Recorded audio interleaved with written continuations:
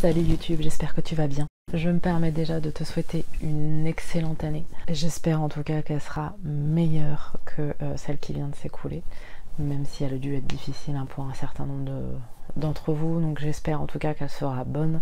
Je vous souhaite à tous une très bonne année.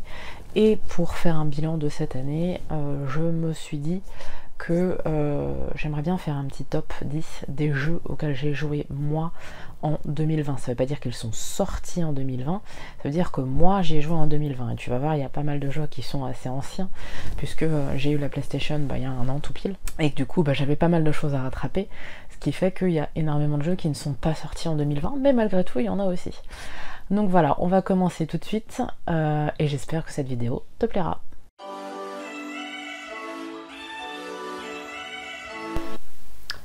Alors, on commence ce top par Shadow of the Colossus. C'est un jeu auquel j'ai joué très rapidement, forcément en 2 jours il était terminé, puisque le principe est très rapide, puisqu'il s'agit de battre 18 colosses et That's All Fox. Donc il y a vraiment que ça à faire, mais c'est un jeu auquel j'ai vraiment beaucoup aimé jouer. C'est très poétique, c'est très beau, tu le vois, et pourtant c'est un jeu qui date de la PlayStation 3, qui a été remasterisé pour la PlayStation 4, mais malgré tout, il est quand même assez joli. Là, tu vois, on te présente quelques-uns des colosses, et en fait, j'ai beaucoup aimé la mécanique, devoir trouver où sont les colosses, devoir trouver chacun des points faibles, et ne pas avoir à me poser de questions pour le faire. C'est vrai que c'était très agréable. La fin a été très surprenante, mais ça fait partie du charme de ce jeu. J'ai donc commencé par un petit peu de poésie pour ce top 10 de mes jeux 2020. J'ai vraiment beaucoup aimé Shadow of the Colossus, et c'est quelque chose que je recommande vraiment à tout le monde.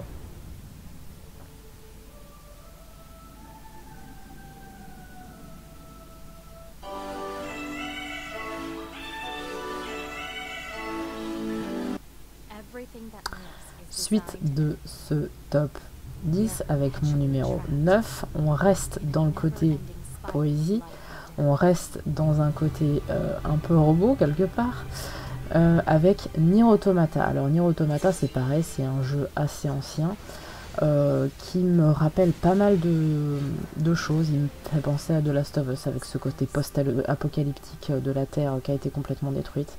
Ça me fait un peu penser à Escaflowne aussi, avec les robots. Ça me fait penser à pas mal de choses, et c'est vrai que j'ai beaucoup aimé ce jeu, puisque justement il y a le côté poétique de Shadow of the Colossus, avec une réflexion sur l'humain, le mal que peut se faire l'humain, etc. De devoir combattre ces machines, c'est vrai que c'est un côté que j'aime beaucoup, et tu le verras plus tard, puisqu'on le retrouve dans un autre jeu. Et c'est vrai que ce jeu-là m'a vraiment beaucoup parlé, il me rappelle pas mal de choses, ça fait très animé aussi, les personnages, que ce soit de 2B ou de 9S. Le fait aussi que ce soit l'un des premiers jeux à faire de multiples fins, puisque selon les choix que tu fais en tant que 2B, tu peux débloquer plusieurs fins, selon si tu vas vers un personnage ou si tu n'y vas pas, selon si tu combats ou si tu ne combats pas. Il y a plus de 24 fins, je crois. Ce qui fait que voilà, c'est un jeu extrêmement intéressant. Il y a des choses aussi que j'ai pas forcément aimé, mais de manière générale, les différentes ambiances, le supermarché, la ville, comment ça s'appelle, je vais dire le centre commercial, mais ça, le centre commercial j'ai déjà dit, mais le parc d'attractions, tout ça, il y a des mondes différents dans ce monde-là, et c'est quelque chose que j'ai beaucoup aimé. Et puis l'histoire de manière générale est assez prenante, c'est difficile de ne pas s'attacher aux différents personnages. Donc voilà pourquoi ce jeu fait partie de mon top 10 des jeux que j'ai joués en 2020.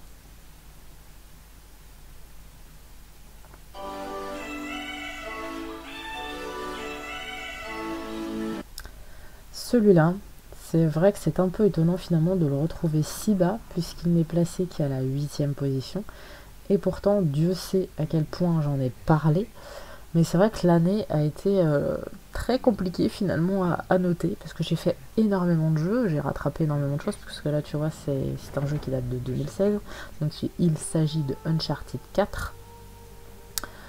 Et c'est vrai que c'est un peu étonnant de le voir si bas, mais il y a tellement d'autres choses qui arrivent derrière que c'était un peu compliqué de le mettre plus haut. Je voulais pas ne pas le mettre, c'était impossible pour moi de ne pas le mettre. J'ai joué aux 4 cette année, je me suis fait les 4 principaux. Et j'ai pas encore fait le Lost Legacy. Et celui-là, bah, clairement, c'est le plus abouti. Les 3 premiers sont bien, mais ils sont très courts. Alors que celui-là, c'est vraiment l'aboutissement, on va dire, des 3 premiers. Que ce soit en termes de visuel, on voit visuellement c'est clairement plus beau. En termes d'histoire aussi, parce qu'on apprend enfin ce qui s'est passé dans la jeunesse de Nathan, notre personnage favori principal. Et en termes de déroulé de l'histoire, puisque les choix qu'il a fait, etc. Enfin, j'ai vraiment beaucoup aimé celui-là, c'est clairement plus abouti, pour moi c'est le meilleur des Uncharted, clairement. Et c'est vrai que je ne me voyais pas ne pas le mettre dans ce top là, mais c'est vrai que c'était difficile pour moi de le mettre plus haut avec tout ce qu'il y a encore derrière.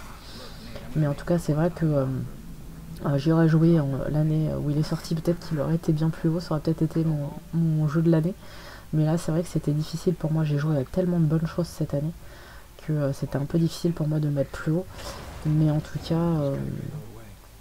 cas ça reste l'un de mes jeux préférés parce que bah, c'est un jeu juste exceptionnel, quoi. C'est le meilleur des Uncharted, c'est clairement le meilleur des Uncharted, donc surtout si tu ne le connais pas, je conseille quand même de faire les 3 premiers, histoire de s'habituer un peu à l'univers, mais en tout cas c'est un jeu que je conseille évidemment vivement.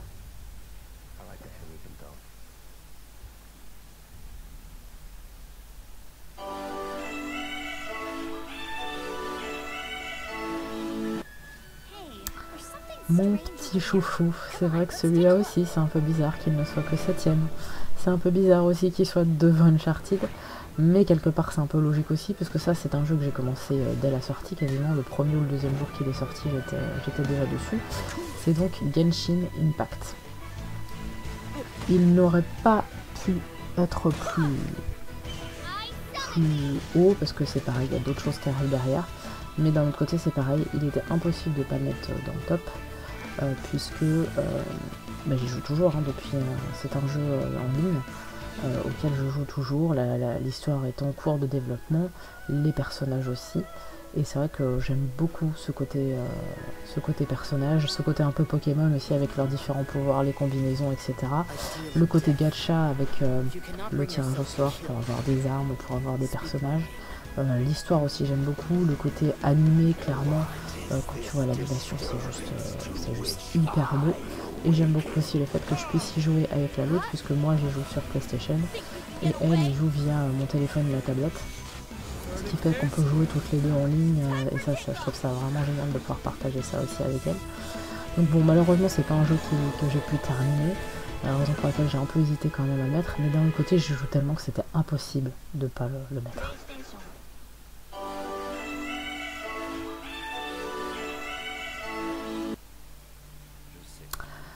Il a été élu jeu de l'année.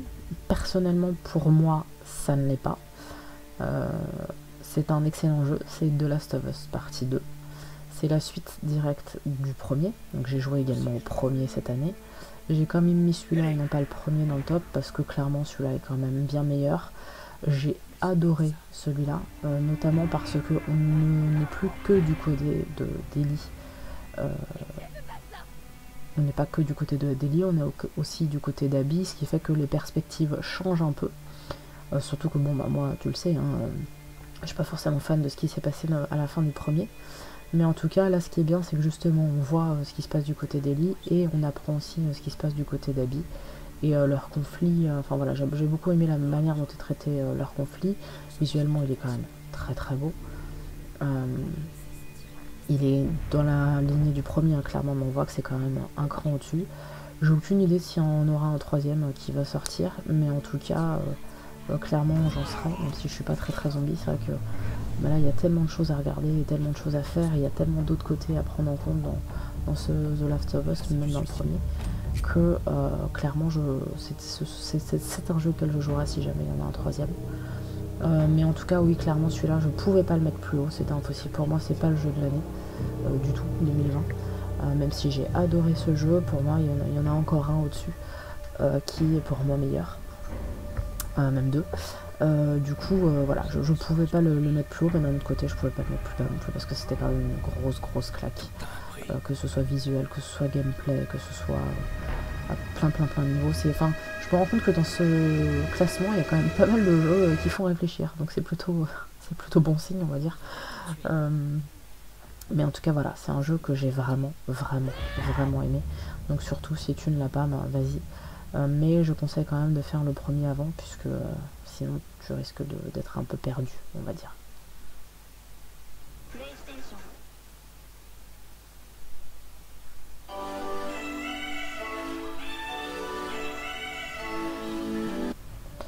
Pour moi, celui-là aurait mérité un peu plus le titre de jeu de l'année. Il était nominé et c'est pas lui qui a gagné.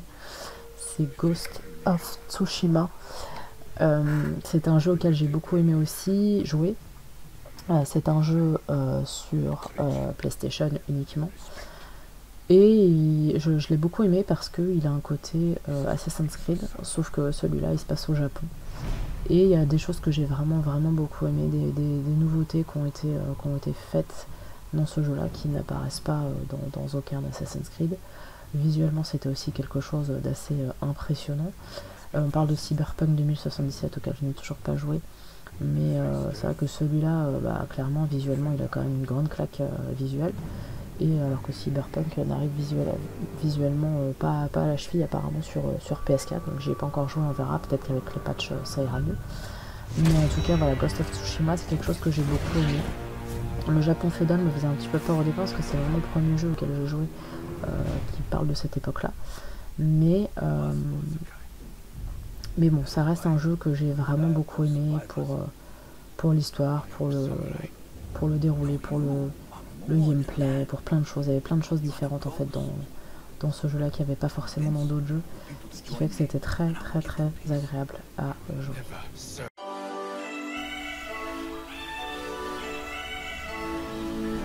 On arrive au pied du podium avec Horizon Zero Dawn. C'est très compliqué, hein. Celui-là c'est pareil, c'est un jeu de 2016. Comment te dire, celui-là j'ai vraiment adoré parce qu'il y a en plus ce côté un peu viking d'Aloy.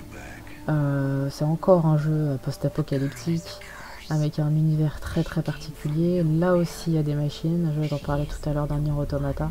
C'est vrai que ce jeu-là j'ai adoré puisque justement on tue des humains mais c'est quand même très anecdotique alors que on tue beaucoup plus de machines hein, parce que c'est le but. Mais c'est vrai que celui-là, c'est encore au-dessus par rapport à Nier Automata, je trouve. Parce qu'il y a une poésie encore plus présente qui est dans Nier Automata. Nier Automata, c'est quand même très basique. Je trouve que celui-là est quand même beaucoup plus fouillé, beaucoup plus complexe, beaucoup plus intéressant et différent, et beaucoup plus difficile aussi que Nier Automata.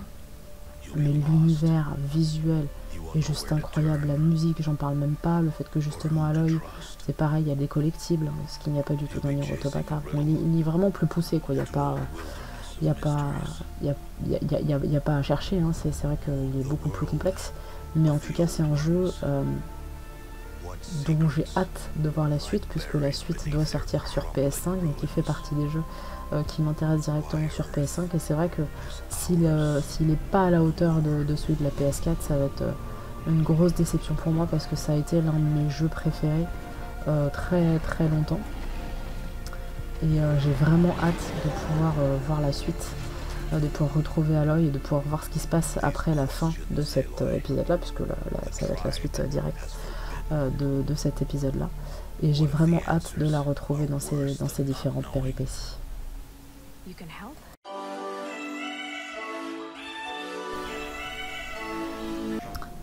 Nous voilà sur la 3e place du podium, et là, question viking, tu vas être servi.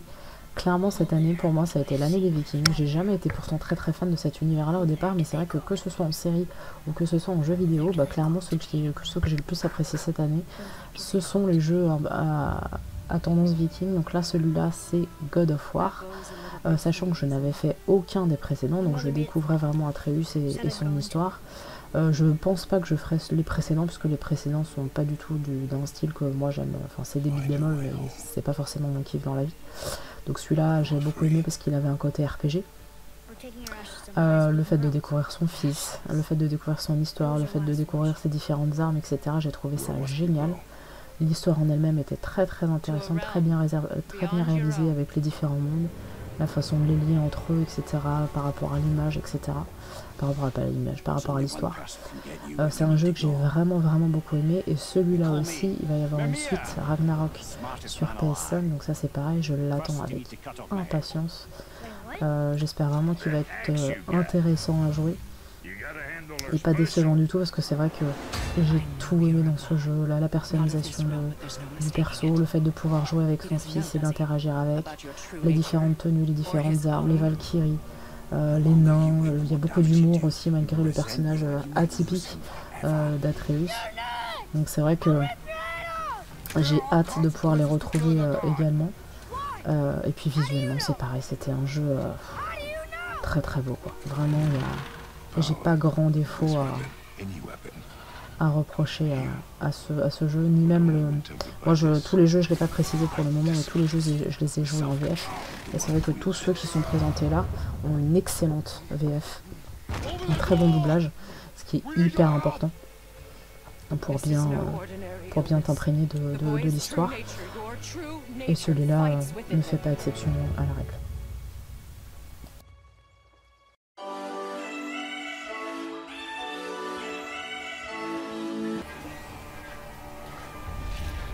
Comment ne pas mettre ce jeu dans ce top? À ce jour, je ne l'ai toujours pas terminé, puisque je n'ai toujours pas récupéré ma sauvegarde, et je ne sais toujours pas si je pourrai la récupérer un jour. C'est Assassin's Creed Valhalla, donc le dernier Assassin's Creed en date. Et franchement, je kiffe ce jeu. Mais vraiment, je crois que je kiffe ce jeu comme je n'ai pas kiffé un jeu depuis peut-être le début de ma carrière de gameuse. J'y ai joué à peu près 70 heures. Et j'ai eu une petite période de nuit, on va dire. Il y a eu un moment où je commençais à tourner en rond. Et puis je sais pas, il y a eu un déclic qui fait que en fait je ne m'ennuie pas dans ce jeu, et clairement j'essaie de voir si je peux récupérer ma sauvegarde, parce que ce serait toujours mieux. Mais si jamais je ne la récupère pas, je vais recommencer le jeu, et je crois que j'aurai vraiment aucun problème à le faire. Alors ça m'ennuie évidemment de perdre les 70 heures de jeu et de perdre mon contenu, raison pour laquelle j'attends une réponse d'Ubisoft, mais je crois que je vais leur laisser encore une semaine, puis s'ils me répondent, parce que là ça fait quand même 2 semaines. Si jamais dans une semaine ils n'ont pas répondu, de toute façon je vais tenter de recommencer. Mais en tout cas, clairement, c'est un jeu que j'adore. J'adore absolument tout. Le côté viking est juste parfait. Il est parfaitement exécuté. Et visuellement, il est juste magnifique. J'adore l'histoire, j'adore les armes, j'adore les combats, j'adore les tenues, j'adore tout. Les choix que tu dois faire aussi, parce que c'est un jeu un peu comme Odyssey, où tu dois faire tes propres choix. Oui, il y a des défauts, oui, il y a des bugs, oui, c'est long, oui, c'est compliqué, oui, il est dur, mais franchement, c'est un vrai pied, quoi. Je prends mon pied d'une manière totale sur ce jeu, et c'est pour ça, j'attends juste de voir si je peux récupérer ma sauvegarde, mais sinon, tant pis, c'est pas grave, je le recommencerai. Alors, je le recommencerai pas autant intensément que ce que j'ai pu faire quand j'y ai joué, mais clairement je le recommencerai, j'aurai pas de problème à le recommencer, quoi. Surtout que ça ira forcément un peu plus vite, puisque maintenant je le maîtrise quand même un peu mieux que ce que je le maîtrisais quand j'ai arrêté de jouer. Mais en tout cas, c'est vraiment le jeu que j'ai kiffé. Si je l'ai pas mis en premier, c'est en partie parce que je suis fâchée à cause de cette histoire de sauvegarde qui a eu lieu et que j'ai pas pu le terminer, alors que le premier dans mon top est terminé. Mais ouais, ça a été un peu compliqué pour moi de le mettre en second, alors que quelque part je trouve qu'il mérite aussi la première place.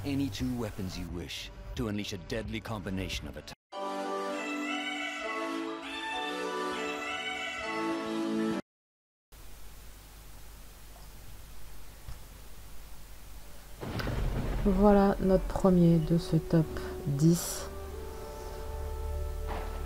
Je t'en ai parlé assez récemment sur la chaîne. c'est un jeu que je connaissais depuis un petit moment, parce que clairement, visuellement, c'est totalement mon univers, c'est totalement ce que j'aime. Mais je pensais qu'il était réservé à la Xbox seule. Sauf que lors d'un Nintendo Direct, j'ai vu qu'il sortait le second, et du coup j'ai découvert que celui-là était, donc c'est le premier, Ori and the Blind Forest, était sorti, donc je l'ai acheté tout de suite, et j'ai juste adoré. Parce que là, en termes de poésie, on atteint des sommets encore qui sont bien différents de certains jeux, même si je trouve que ça se rapproche un peu quelque part de Horizon Zero Dawn. Il y a quelque chose qui se ressemble. Cette idée de fin du monde qu'il faut sauver, cette idée de poésie, mais c'est juste... C'est hyper ingénieux. Ori, il a des tas de facultés que je n'ai vues, mais nulle part ailleurs. Alors, je connais pas tous les jeux, hein, bien loin de là. Mais je pense aussi que c'est l'un des jeux qui m'a donné le plus de mal. Justement parce qu'il est super ingénieux, qu'il faut être extrêmement précis, parce que je suis pas forcément de manière normale, de manière habituelle, mais là ça m'a forcé à être très ambitieuse en fait par rapport à mes capacités, et c'est un jeu au final que j'ai adoré parce que c'est un jeu qui est beau et qui rend fier, justement. Moi c'est un jeu auquel j'ai été très fière de pouvoir dire bah je l'ai fait, et pourtant j'ai pu passer... notamment sur l'un des donjons, j'ai pu passer peut-être 2 heures, 3 heures à essayer de sortir. Et je me suis dit, mais j'y arriverai jamais. Et quand tu y arrives au final, et bah t'es très fier. Voilà, c'était mon top 10 des jeux auxquels j'ai joué en 2020. J'ai eu du mal à faire ce top parce que pour moi, j'ai joué quand même à une quarantaine de jeux ou quelque chose comme ça. Il n'y a pas forcément de vidéos tout le temps sur tous les jeux auxquels j'ai fait. Du coup, bah, c'est vrai que... ça a été un peu compliqué en fait de faire un choix. J'espère que l'année 2021 sera aussi bonne. J'espère qu'elle m'apportera la PlayStation 5, parce qu'il y a quand même pas mal de choses dessus qui vont sortir qui m'intéressent fortement.